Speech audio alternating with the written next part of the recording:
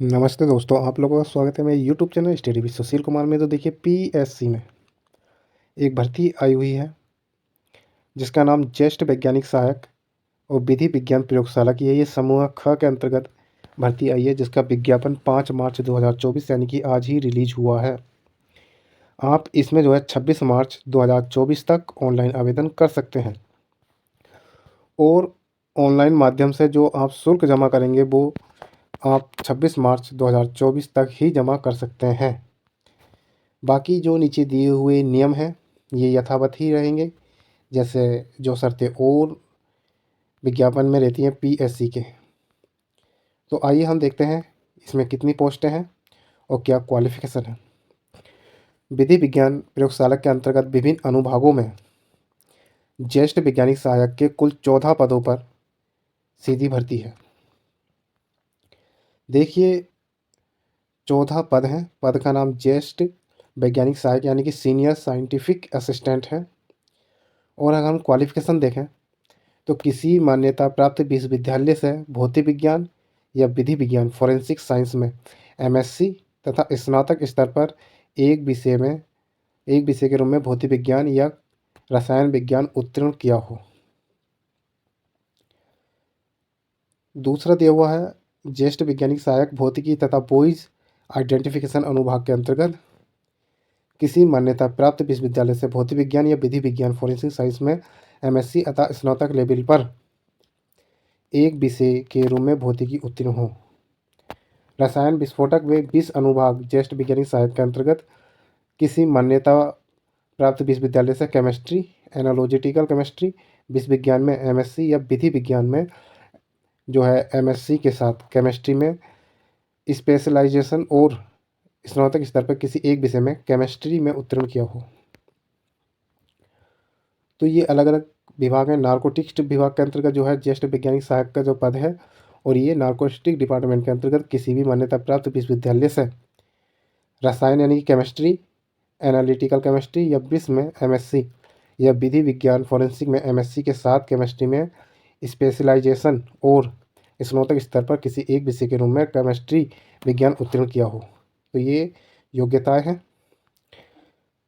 5वां नंबर है जीव विज्ञान अनुभाग के अंतर्गत ज्येष्ठ वैज्ञानिक सहायक पद पर ही किसी मान्यता प्राप्त विश्वविद्यालय में जंतु विज्ञान वनस्पति विज्ञान human biology physical anthropology human genetics या रसायन विज्ञान माइक्रोबायोलॉजी मोलिकुलर बायोलॉजी में एमएससी की हो। विधि विज्ञान में एमएससी के साथ जीव विज्ञान या सीरोलॉजी में स्पेशलाइजेशन किया हो, तब आप इसमें अप्लाई कर सकते हैं।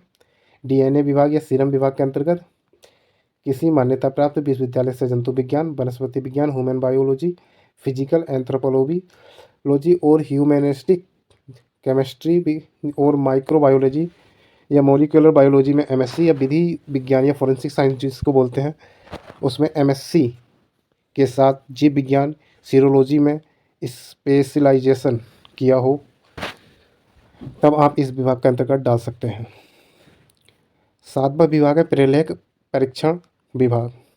इस विभाग में अप्लाई करने के लिए किसी भी मान्यता प्राप्त विश्वविद्यालय से भौतिक विज्ञान या रसायन विज्ञान में एमएससी की हो आपने, या विधि विज्ञान में एमएससी के साथ फॉरेंसिक डॉक्यूमेंट में स्पेशलाइजेशन तथा स्नातक स्तर पर किसी एक विषय में भौतिक विज्ञान या रसायन विज्ञान के साथ उत्तीर्ण किया हो। 8वां है आपका कंप्यूटर फॉरेंसिक अनुभाग के अंतर्गत जो है अगर आप अप्लाई करेंगे तो उसके लिए आपको किसी भी मान्यता प्राप्त विश्वविद्यालय से कंप्यूटर में एमएससी या फिर एमसीए उत्तीर्ण किया हो, तो आप इस विभाग के अंतर्गत अप्लाई कर सकते हैं। और अगर इसके अलावा आपके पास जो अधिमानी आर्यता है तो उसके हिसाब से आपको जो वेटेज दिया जाएगा। आपकी आयु जो है इसमें अप्लाई करने के लिए 21 वर्ष से और 42 वर्ष तक होनी चाहिए। देखिए, 14 पदों का जो विवरण दिया हुआ है वो इस तरह से दिया हुआ है। ज्येष्ठ वैज्ञानिक जो प्राक्षेपिकी अनुविभाग है उसके अंतर्गत कुल 2 पद हैं, जिसमें एक अनुसूचित जाति का है और एक सामान्य का है। और भौतिकी तथा वॉइस आइडेंटिफिकेशन अनुभाग के अंतर्गत 2 पद सामान्य में हैं। ये जो ऊपर आपने क्वालिफिकेशन देखी थी उसके हिसाब से ये पद दिए हुए हैं, आप स्क्रीन पर देख रहे हैं। तो इस हिसाब से पदों का विवरण दिया हुआ है। तो देखिए, ये दिया हुआ है आपकी उम्र के हिसाब से 1 जुलाई 2024 को जो है आपकी आयु की गणना इस तिथि से शुरू की जाएगी। अब हम आगे देखते हैं, पद हमने देख लिए हैं, शैक्षिक योग्यता देख ली है। अब हम देखते हैं आगे की ओर को कि इसमें भरने के लिए हमें क्या-क्या और योग्यता चाहिए। तो इसमें भारत का नागरिक होना चाहिए, कोई भी व्यक्ति इसमें भर सकता है। और जब आप आवेदन भरेंगे तो उस समय आपको जो शुल्क होगा जनरल वालों का 172 रुपये 30 पैसे का शुल्क होगा। उत्तराखंड से अनुसूचित जाति और जनजाति के 82 रुपये 30 पैसे का शुल्क होगा। ईडब्ल्यूएस के लिए भी 172 रुपये 30 पैसे, और उत्तराखंड का कोई दिव्यांग व्यक्ति है तो उसके लिए 22 रुपये 30 पैसे का शुल्क होगा। तो आपको फॉर्म भरते वक्त ये शुल्क देना होगा। आइए हम देखते हैं इसका जो प्रश्न पत्र है वो किस तरह से होंगे।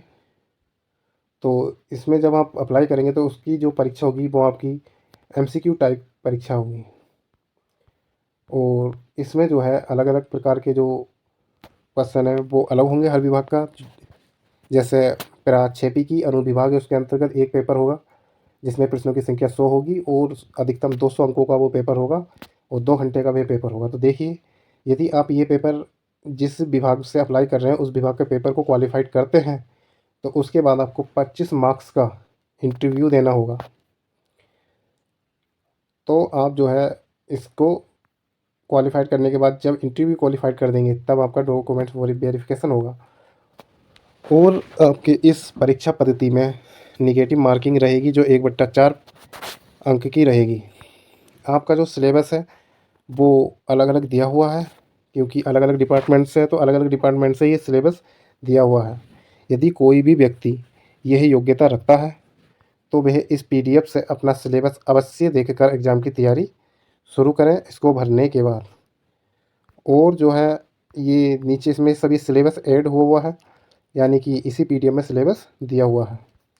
इसके बाद जो है ये कुछ आगे से दिया गया है कि इसके अंतर्गत न्यूनतम आर्द्रता अंक कितने लाने होंगे आपको। तो देखिए, जो जनरल के हैं और उपश्रेणी महिला या अनाथ के हैं तो उनको 40% अंक लाने अनिवार्य हैं, न्यूनतम अंक 40%, और इंटरव्यू में 45% अंक लाने अनिवार्य होंगे। इस तरह से आप स्क्रीन पर देख पा रहे हैं कि कितने % आपको अंक प्राप्त करने हैं। तो ये आपके एग्ज़ाम सेंटर हैं जहाँ जहाँ पर आपका एग्ज़ाम होंगे, और बाकी जो शर्तें रहेंगी वो निम्नत ही हैं। अप्लाई करने वाले जो हैं इसमें अप्लाई कर दें जिनके पास ये योग्यता है। आप सब लोगों का बहुत बहुत धन्यवाद ये वीडियो देखने के लिए। नमस्कार। ऐसे ही वीडियो के लिए फिर मिलेंगे इसी YouTube channel study with Sushil Kumar पर।